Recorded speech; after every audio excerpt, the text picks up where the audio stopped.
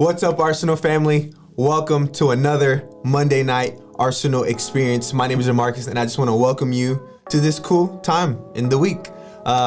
Hey, before we get going, go ahead and just share this video, get it out to those who maybe aren't watching just yet. Maybe those getting off work, maybe cooking dinner, things like that. I promise you we have great things in store for you, for them, for anyone watching. So with that being said, Arsenal band, take us away as we get into worship.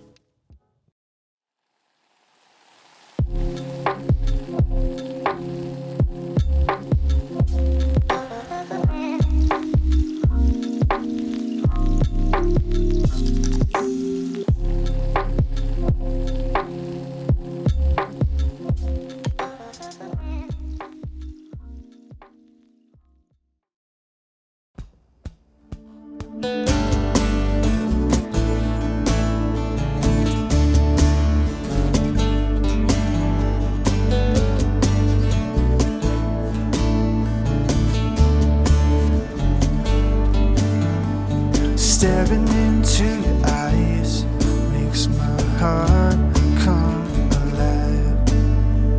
Suddenly brought to life when I met you. Reaching beyond the skies, running deep, stretching wide. Perfect love realized here with you.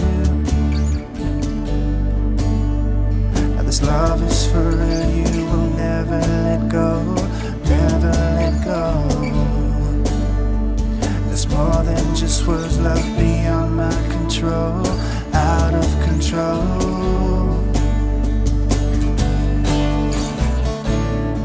This is real love, this is real love. This is real love, this is real love. You're pulling me closer and closer, holding my heart to the very end.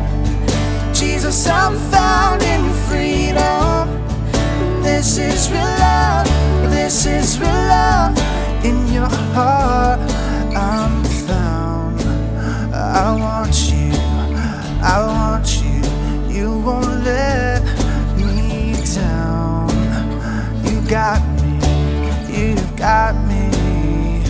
This love is for real. You will never let go, never let go. There's more than just words, love beyond my control, out of control. This is real love, this is real love. This is real love, this is real love. You're pulling me closer and closer, holding my heart to the very end. Jesus, I'm found in your freedom. This is real love, this is real love. You're pulling me closer and closer, holding my heart to the very end. Jesus, I'm found in your freedom.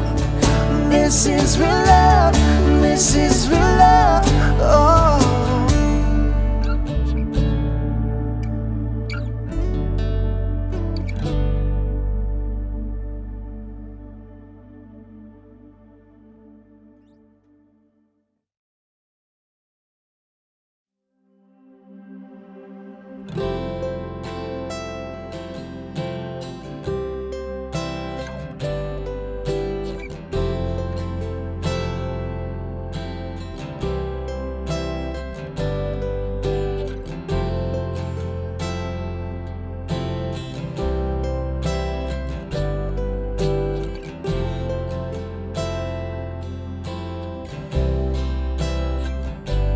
Thousand times I fell, still your mercy remains.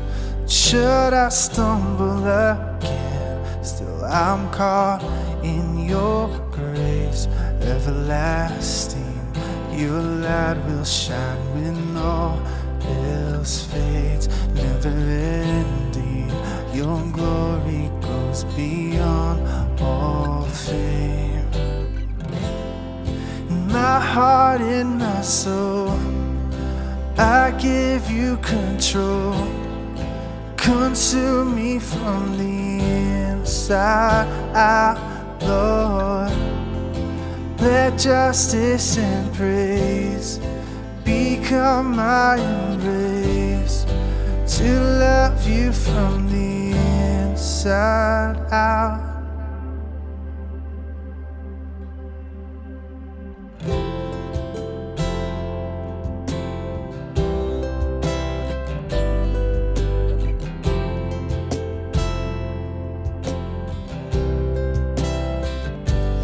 Well, above all else, my purpose remains the art of losing myself in bringing you praise.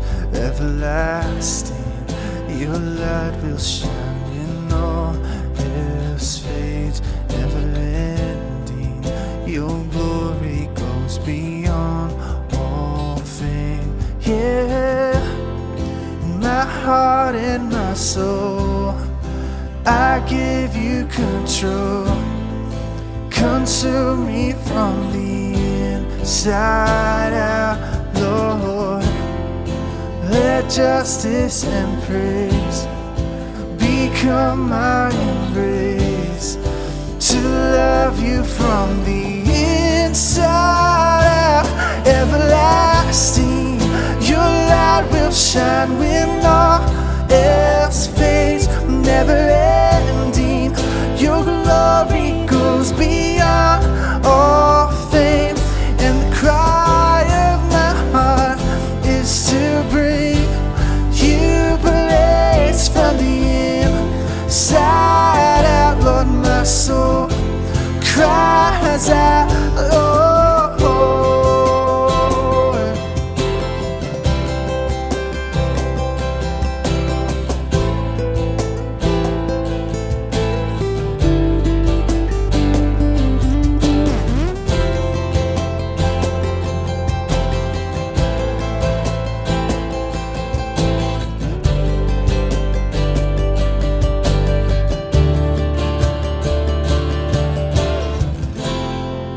My heart and my soul, I give you control. Consume me from the inside out, Lord. Let justice and praise become my embrace, to love you from the inside out. Everlasting, your light will shine when all else fades. Never ending, your glory goes beyond all fame. And the cry of my heart is to bring you praise from the inside out. Lord, my soul cries out. Everlasting, your light will shine when all else fades. Never ending, your glory goes beyond all fame. And the cry of my heart is to bring you praise from the inside out. Lord, my soul cries out from the inside out. Lord, my soul cries out.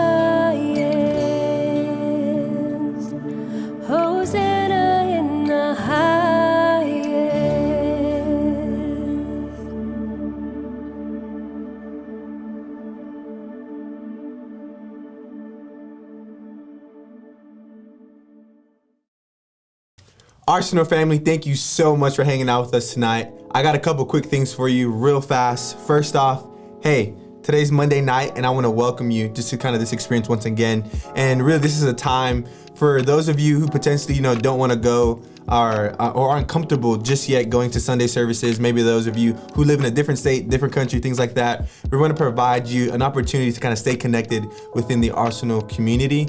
So hey, hop in the chat. Let us know who's watching. Let us know who you're watching with, where you're watching from, and things like that. On the flip side of that, I just want to quickly talk about just texting this number here. Whenever you do that, a number or a message gets sent directly to Pastor Chad and Rob. And really, it's a cool way for them to kind of engage with you on a personal level and kind of answer questions, maybe pray for you, things like that. And again, it goes directly to them. So don't be afraid to kind of reach out to them and just kind of connect in that way. And I know that they're going to send out just kind of maybe weekly, every other week, just kind of like short messages, kind of getting you thinking type of questions, and maybe even like worship videos and just videos to kind of get you, maybe thinking and maybe potentially even encourage you. Yeah, so definitely go ahead and do that. Don't be afraid. They will respond and not leave you on red. And lastly, hey, if you enjoy just kind of the content that we put out on a weekly basis and you feel really blessed by just kind of what we do here at the Arsenal, and you want to partner with us in that, there's 4 different ways to do that right here on the screen. And really the main thing that we want you to kind of, leave with this message is we want there to be no type of shame or guilt or pressure to feel the need to give. So yeah, as long as you listen to the Lord and it's kind of where He leads you in that, you really can't do any wrong. And again, we really want to push that and let you know that there's no pressure, no shame, no guilt. So yeah. So with that being said, I want to introduce you to Pastor Rob as he continues to lead us in our One Another series.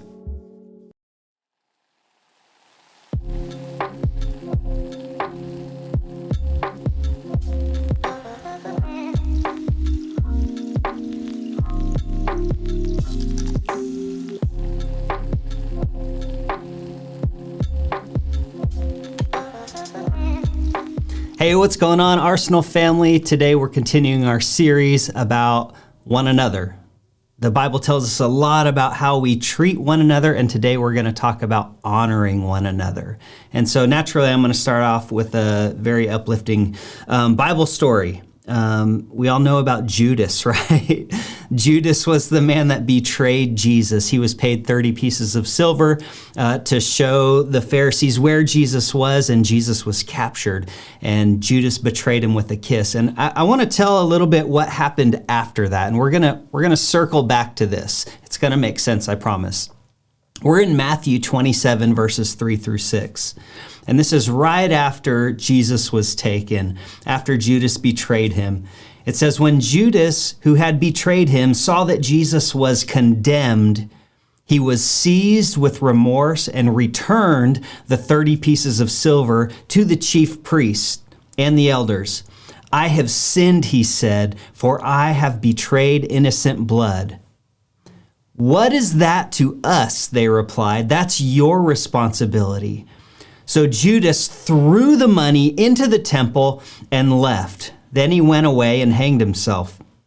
The chief priests picked up the coins and said, "It is against the law to put this into the treasury, since it is blood money." It's a really interesting story. We're going to circle back to it, but man, these guys, they're the ones that made it blood money. Then they were like, we can't use this. It's a crazy story, but we're going to circle back to it in a minute. We're going to talk about honoring one another today. One thing that Jesus said is, people will know that you're my disciples by your love for one another. One of the ways that we love one another is by honoring one another. There's a lot of ways that we love each other. We pray for one another, forgive one another, serve one another, teach one another, bear one another, comfort one another, encourage one another. Those are all these things that the Bible says about the way that we should be treating each other. But this verse, I'll be honest, as I read this specific verse about honoring one another, it came off a little odd to me. It's Romans 12:10. It says this: love one another with brotherly affection, outdo one another in showing honor. Now, a little bit of context, this letter to the church in Rome, this is in Romans. It's a letter to the church in Rome. Rome was a melting pot. There was a lot of tension with the Jews in Rome. Actually, there were multiple times where the Jews were kicked out of Rome completely, and they would get kicked out and they were let back in and kicked out and let back in. And actually, this letter was written between some of those times. They had been kicked out and let back in. This letter was written, and not too long after this, they were kicked out again. There was a lot of tension that went on here. And so as Paul is writing this letter, it's so important that we realize he was writing it into a very volatile situation. Much like what we see today, right? We see a lot of division. We see a lot of hate. It's tough right now. There's just so much division. And that's exactly the type of situation that Paul was speaking into. Love one another with brotherly affection. Outdo one another in showing honor. You know, this past weekend, we honored my grandparents. They passed away. My grandma passed away in December, and my grandpa just a month later. And we honored them. There was a memorial service, and I wasn't able to go, but man, thank God for technology, because it actually ended up really, really cool.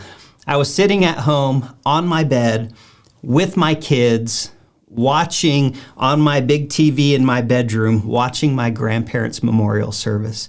And it was really cool. There were people that I had never met before that my grandparents had impacted, and they would get up on stage and talk about all of the things they did. And my grandparents were honored. But as we were laying there, something happened. I have a 3-year-old and also an 8-year-old and some older kids too. But we're laying there, and you know, like 3-year-olds just they don't stay still very long. And on my bed, there's kind of this like shelf on the headboard. The headboard goes up, and then there's like this sort of shelf that's connected to the headboard. And my kids love to get up on that thing and like jump off of it onto my bed. Well, we're laying there watching this memorial service. One of my cousins is just like eloquently like just laying his heart out about how much grandma and grandpa meant to them. And my 8-year-old daughter is laying next to me, and she's a cuddler. She's just like cuddled up next to me. And out of nowhere, my 3-year-old had climbed up on the little shelf behind us, and he just full on flying leg drop right onto her. I mean, it was boom. And she just gave this like, oh, like you could tell it hurt. And she's crying, and I can't hear what's being said. And the 3-year-old is just as if nothing happened. He's just like running around happy as can be. And so I grab him and I'm like, hey, you hurt your sister.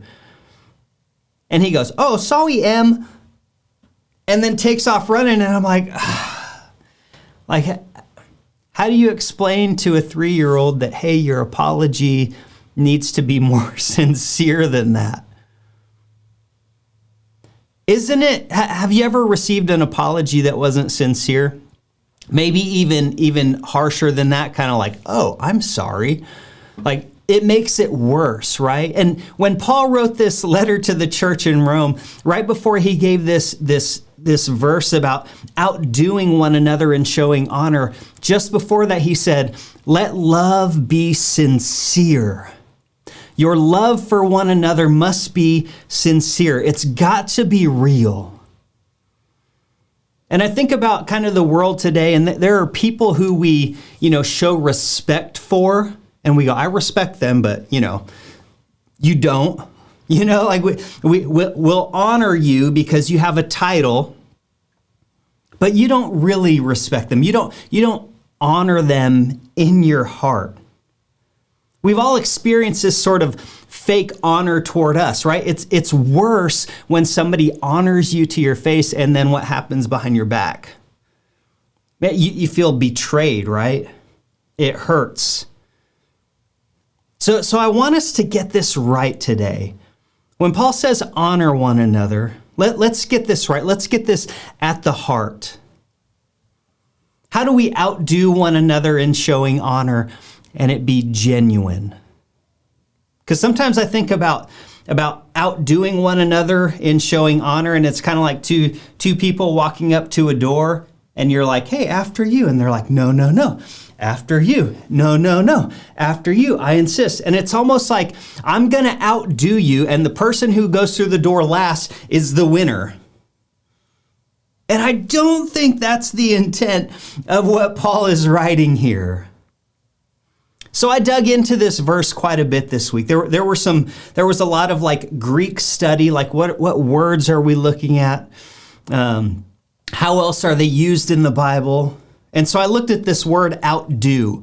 When Paul said outdo one another, the definition of that Greek word is to lead by example.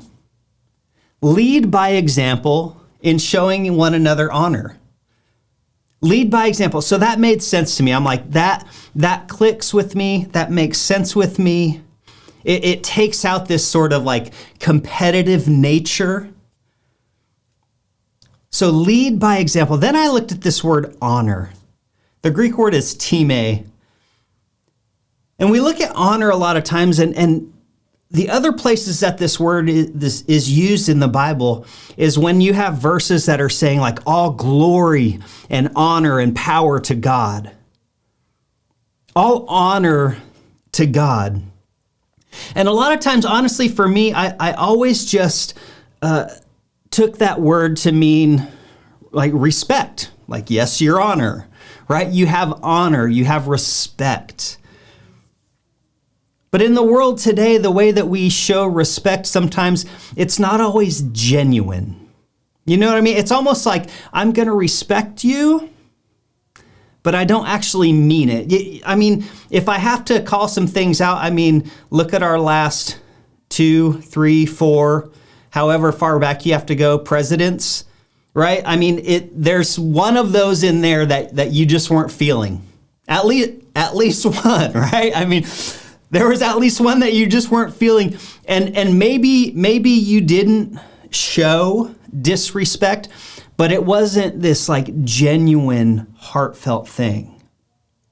I believe that the honor that Paul's talking about here goes beyond just this sort of respect that goes, it almost goes against how we feel. I think he's talking about something deeper. That kind of respect can kind of come and go. But as I looked at this word, I found it somewhere else, and I found it translated into a different word somewhere else in the Bible. And it was in that story that I read you when we first started with Judas. When you read through that story, Judas brings this money back and he throws it into the temple, and the priests pick it all up and they go, hey, we can't keep this money in the temple. And they say, because this is blood money. More directly translated, they say, it's time, it's honor, is blood. And the word that we use in our Bible is its price or its value. Its value, its price is blood. That money had been tainted because it was used to kill someone. This is blood money. Its value is blood. And I think this helps us get more to the root of this word. What are you tied to? What is your value? What are you worth? And I think, to me, the translation, as I did a lot of study this week looking at these Greek words, I think at its core what Paul was saying to us here was lead in reminding others of their value. To honor someone is to remind them of their value and to treat them as a person of value. When we say all honor to God, it is God holds infinite value. I want to ask you this today, and if you're comfortable enough, get in the chat and share with us. If not, I want you to think about this. This might be actually a little uncomfortable. But in your life, what statements or events have made you question your value? What has happened to you or been said to you that has made you question or doubt your value? Or think worse about yourself? While you're thinking about that, I'll tell you one of the toughest things for me was being a dad. And there's been a couple times where I was just out of work. I wasn't making any money. I wasn't providing for my family. And as a parent, that's kind of my job. That's who I am. I'm the dad. I'm the father. These are my kids. And that's just such an attack on my worth, on my value. Because if I'm not providing my children with anything, what's my value? And I've heard the Bible really used against people who are in tough situations. Actually, in 1 Timothy 5:8, it says, if somebody doesn't provide for their own family, they're worse than an unbeliever. Man, that's something that's going to cut to the core, right? The problem with that is that's just a verse taken way out of context. Because literally what was happening is people were ditching their parents at the church because the church was taking care of sick people. So they're like, they'll take care of my parents. I'm out. I'm going to go live my best life. And the church was like, no. Like that's not how this works. So a verse like that can be twisted to attack people who are going through a hard time financially, going through a hard time, just economically. And then it piles guilt on us and it attacks our worth. And maybe you've had some verses in the Bible or Christianity or religion pushed at you in a way that attacks your value or your identity.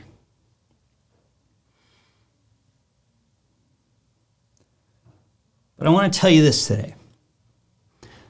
There is someone who knows you better than you know yourself. And I want you to think about this too. What gives something value? How do you determine the value of something? When you go on eBay, what determines an item's value? The value is determined by the highest bidder, right? What is it worth? It's worth whatever somebody's willing to pay for it. Anything is worth what somebody is willing to pay for it. Listen to this, 1 Peter 1:18 and 19. For you know that God paid a ransom to save you from the empty life you inherited from your ancestors, and it was not paid with mere gold or silver, which lose their value. It was the precious blood of Christ, the sinless, spotless Lamb of God. You were bought with the same blood that tainted those 30 pieces of silver that Judas threw into the temple. You were bought with that blood, and it is worth more than 30 pieces of silver. The Bible actually calls it priceless. The value of your life, and this isn't me, Jesus did this. This is proof. What was the highest bid? Jesus said, I'm going to lay down my life for your life. If that doesn't tell you that you hold value, I don't know what possibly could. Jesus said, your life is as valuable as my life, and I'm laying it down for you.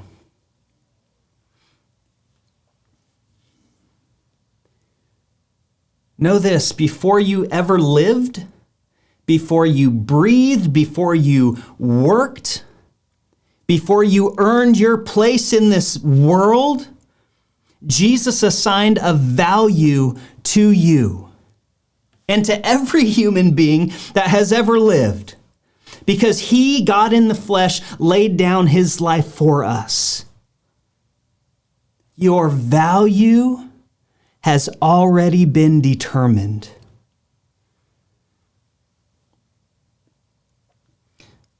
So when you're questioning your worth, when you lay your head on the pillow at night and these thoughts come into your head that attack your value, your worth, understand that God has the final word and he is the highest bidder.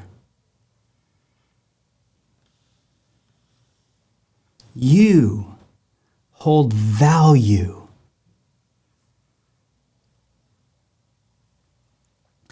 And when this becomes a reality in our lives, when this becomes real, when we actually get this, what happens is we experience the freedom that is needed to then value others and to make it a priority to showing them their value. Because the value that God has assigned to you is the value that he has assigned to them. And not just Christians. Why? Because while we were still sinners, Christ laid down his life for us.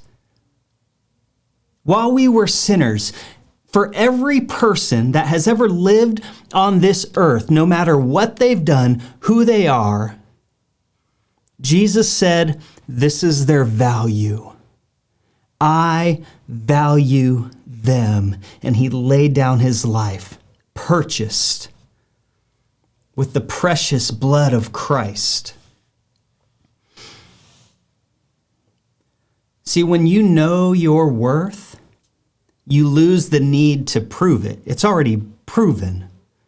You don't have to live in a way that's constantly trying to show everyone your worth because God has already determined it. So today, I want us to do this. Instead of trying to prove our value all the time, let's make it a priority to remind others of their value. That means treat them in a way that they are valued. Treat them in a way that their value is that of Christ, because that's what Christ has determined.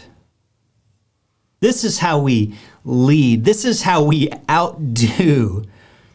It's not that we value ourselves less than others. No, Christ determines our value. We just don't have to keep striving. See, this is freedom. This is not another weight to carry on your back. This is freedom when you no longer have to live in a way that says, I got to prove myself. You don't. You get to love other people. You get to help them see their value. And I don't want you to ever worry about overdoing this. Sometimes we do this thing where we think like, oh man, okay, he knows, they know. No. We never have to worry about overdoing, showing people their value, because you or I could never assign a value that is higher than that which Christ has assigned. We can never point to a value that's greater than that of the life of Jesus Christ.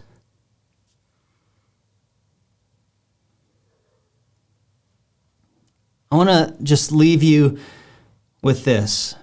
As you learn your value, as this idea that God values you so much as his own life, that is the value he has assigned to you. And this becomes a reality in your life. We can begin to turn it outward. And I want to just end with this right here. The way we treat people should remind them of the value that's been assigned by God. The way we treat people should remind them of the value that has been assigned to them by God. Arsenal family, I love you so much. My hope, my desire is that you'll know your value. Know your value today and teach it to others. Outdo one another in showing honor. I love you, and I'll see you soon.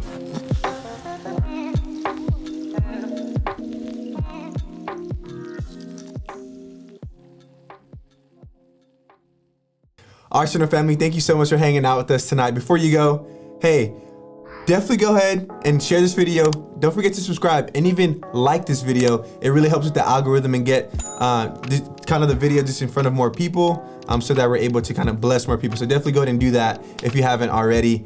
And hey, it's getting kind of cold. I know we just had a snowstorm, winter storm, stuff like that. Who knows, may come back, Texas weather. So don't miss out on Arsenal merch.